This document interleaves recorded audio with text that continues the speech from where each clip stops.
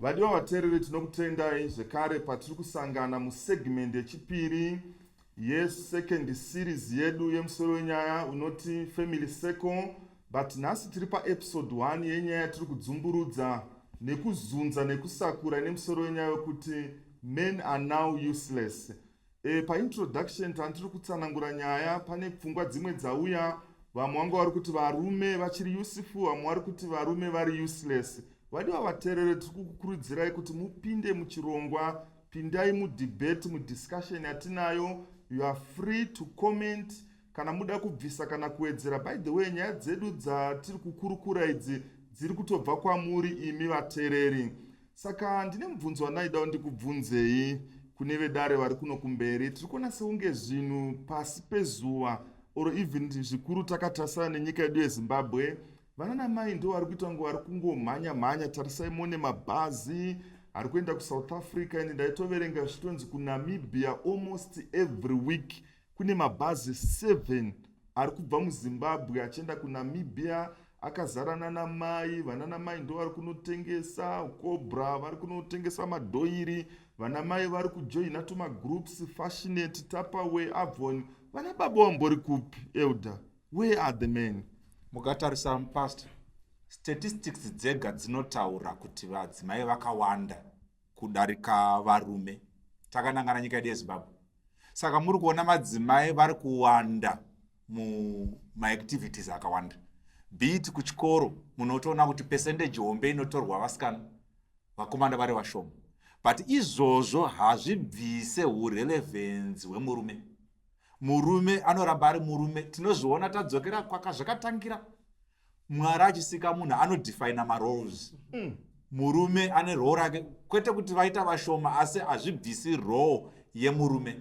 Murume achirelevant and ari very useful munyika yatiri kurarama nhasi. Uri kutenda ere? Ndauda kutowedzera ipapo kuti you know what, empowerment hachisi chinhu chakaipa. Handiti nokuti mationa madzimai tiri panapa hazviri kuti nokuti tawanda mubhazi varume havasina chavari kuita. Do you see what I'm saying? Andibvumidza kuti ndipinde mubhazi ndo wamufanira kukudza, nokuti andibvumidza kuti tinobatsira mhuri neimwe nzira.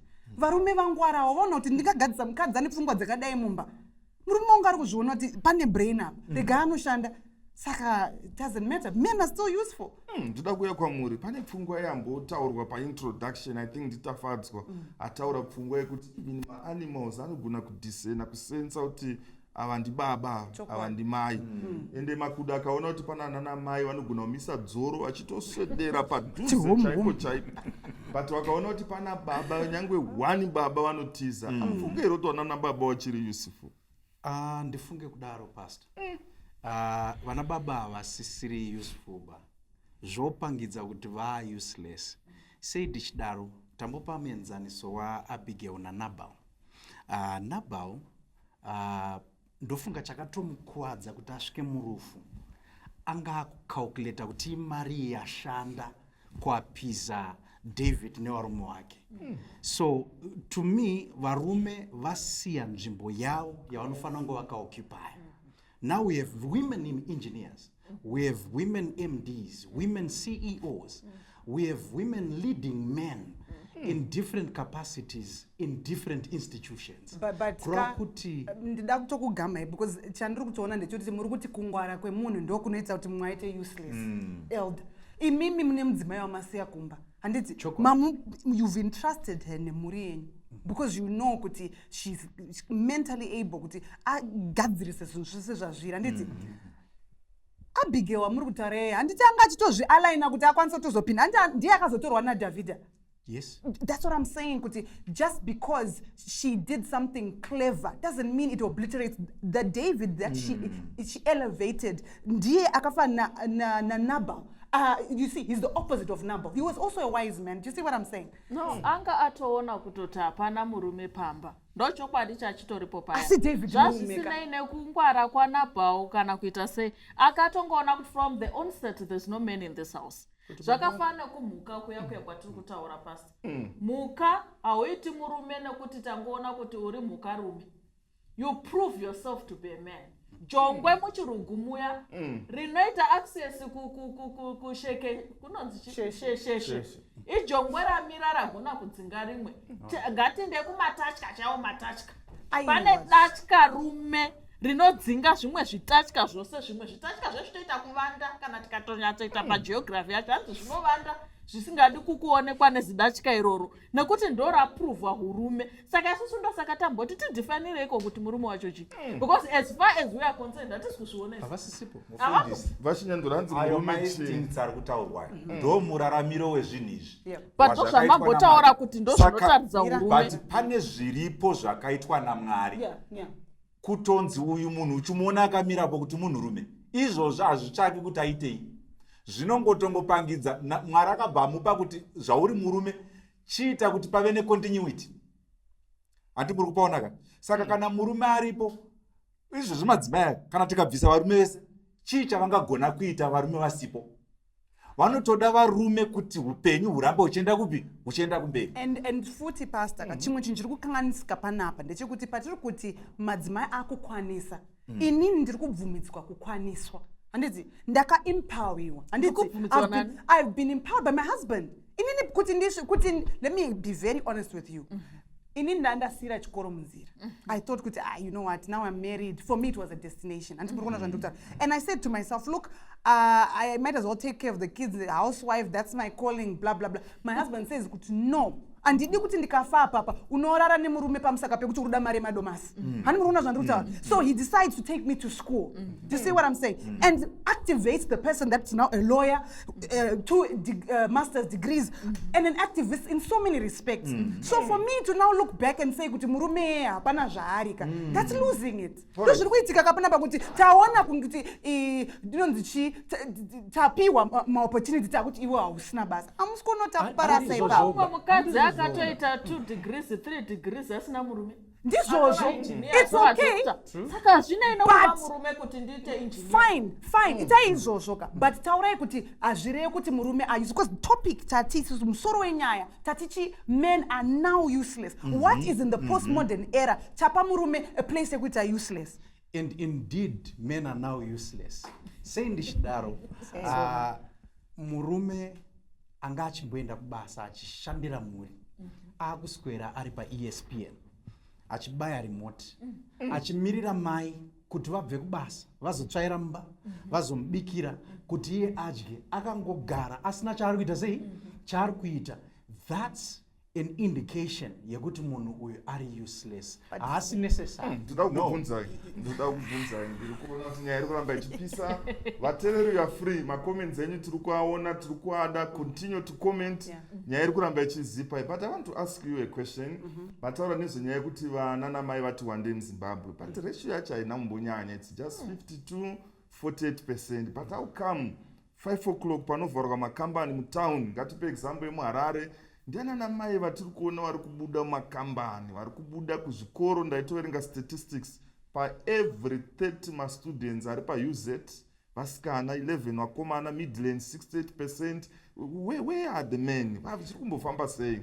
Pastor, it's simple. With postmodern era, you're going to experience empowerment. Handiti, you know, if you go on an application right now or a job position yabuda, you know, women are encouraged to apply. And you're going to find them in the workplace. And I think in my workplace, 95% are women. Do you see what I'm saying? Because women are encouraged from a place of oppression. But I'm saying 2 wrongs don't make a right. You can't say because you are and women were regarded as useless. And they are part of the furniture. And they did this part. But I'm saying how do ceremony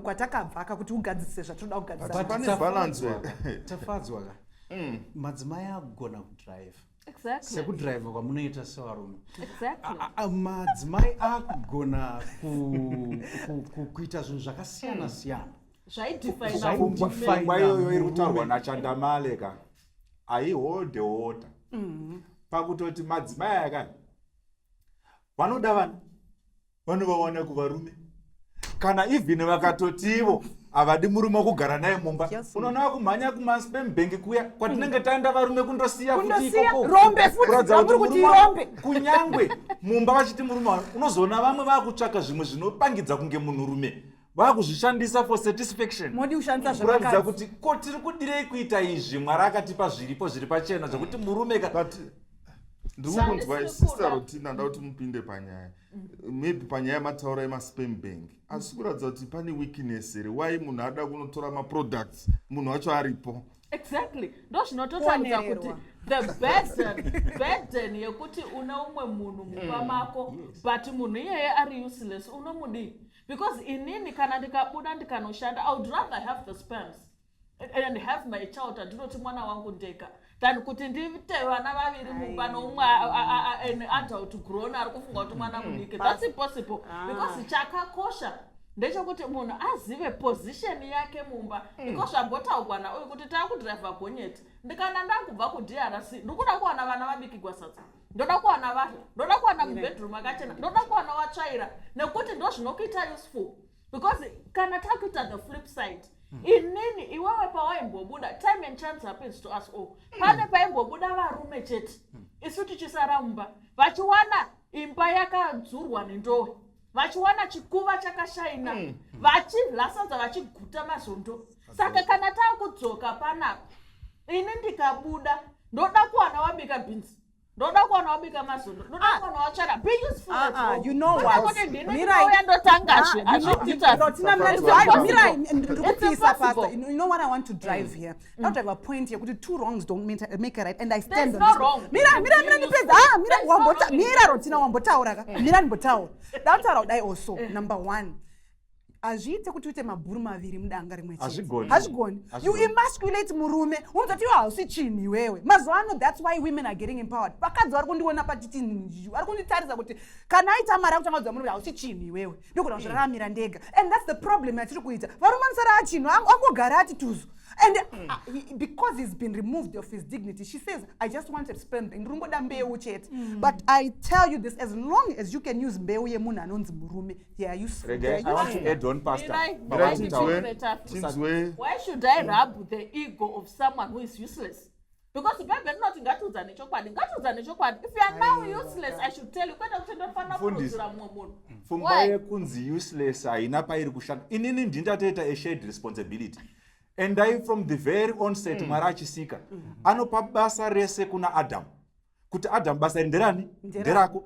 Eve anotozoya as a helper pabasa rangu.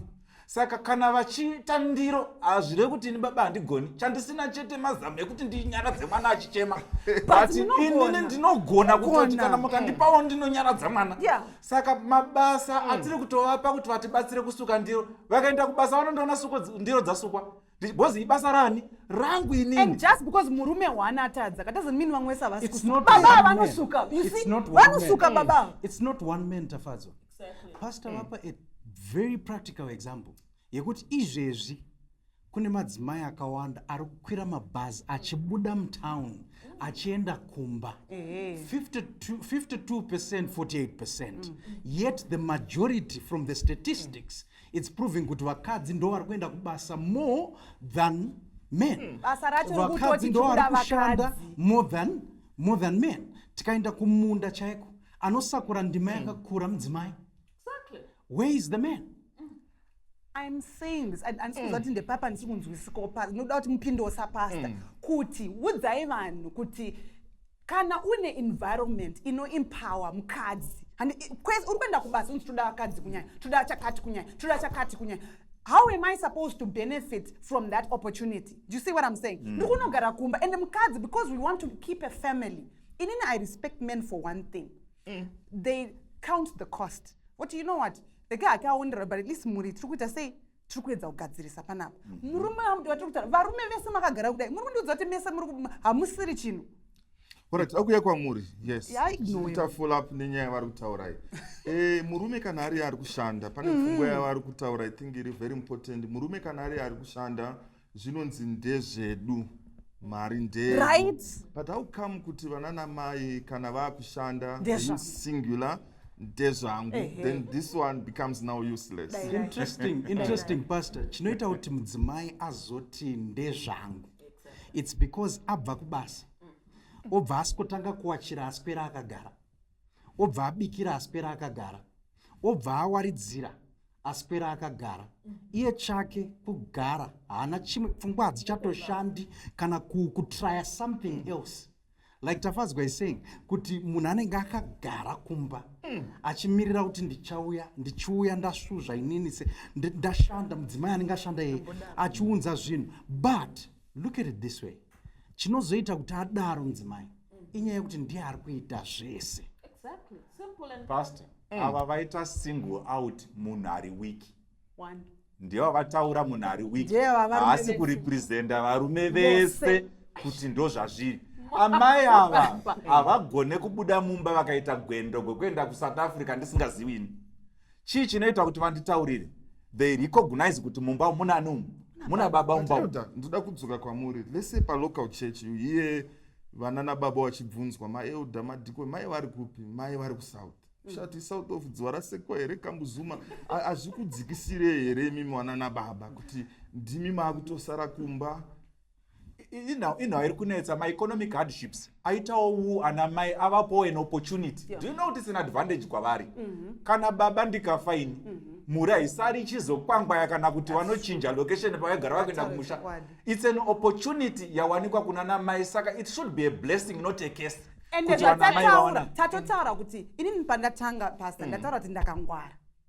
Saka kana ndakangwara nemurume wangu tichaita discussion nemurume wangu akangwara. Ina ndina David andina Nabal.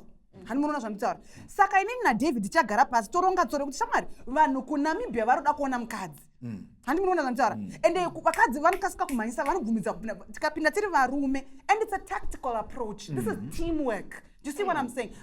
My issue is this approach, it breaks the family. Right now, in America, crime rates, a lot of issues that they're having because families now are broken. Fathers are not in their place, and because Panama father figures, whenever they are resorting to my crimes, my drugs, and because of no fatherly figures, there are a lot of challenges that are being faced. And I'm saying, when we venture into this place, we're going to face that problem. No, thank you. Muda kutaura yenyu. Munguva yedu iri kumhanya. Ndiri kuti dambudziko harisire kuti mumba hamuna baba, but mumba munana baba vari useless. Ndo dambudziko riripo, because kana tiri kungotaura zvekuti a physical being what not, they are physical beings, but we are saying the physical beings are of no worth, they are of no value, they are not valued, they are not even precious stones, they are just there. How do you explain it? Ndoda ndizokubvunza mubvunzo, toda kuti tiende kubreak very soon. Imimi muri kutaura nyaya yekuti vana nababa vachiri useful, ndiri kuinzwa pfungwa yemuri kutaura. But how come kuti tichinyatsotarisa musociety zviri kuitika chaizvo, vana nababa vari kuinga vari kusarira kumashure. Then mataura nyaya yekubatsirana. Yes, pane makesi atiri kutoverenga statistics. You are a lawyer. Madivorce mamwe mazhinji reason iri kukonzerwa nefinance. Why? Vana mai vari empowered. Vave empowered, vakusvika to an extent yekuti vakuita outclass vana nababa zvokonzera madivorce. How do you reconcile that? I think the generalization is slightly flawed. Financial frustration, zveshuwa iri kukonzeresa tensions marriages, but it's not because baba vatadza kuita basa. Economically right now Zimbabwe is not in the right place because of the lockdown situations with COVID, and ndizvo pastor. So I'm saying to you, when you're looking at my issues, my tensions, my marriages, they are not stemming from you are useless, a father has become useless. It's because the economy does not allow. And it's my she continues. Or maybe mental health issues. Do you see what I'm saying? So when we're looking at these statistics, let's give them their place. Tichambotora mafemo tombomwira mvura, but tiri kucontinue again kusegment yechitatu patiri kudzumburudza nyaya tichida kuti tione kuti let's say situation yekuti baba havashande, mai ndo vanoshanda, baba osara kumba vachibika here, voita babysitting here, zvinomira sei? Tiri kukurudzirai kuti murambe muri glued patiri kuendera mberi nediscussion yedu. The family circle, muri akabatana, the family circle, muri akakomborerwa. Why? watch it.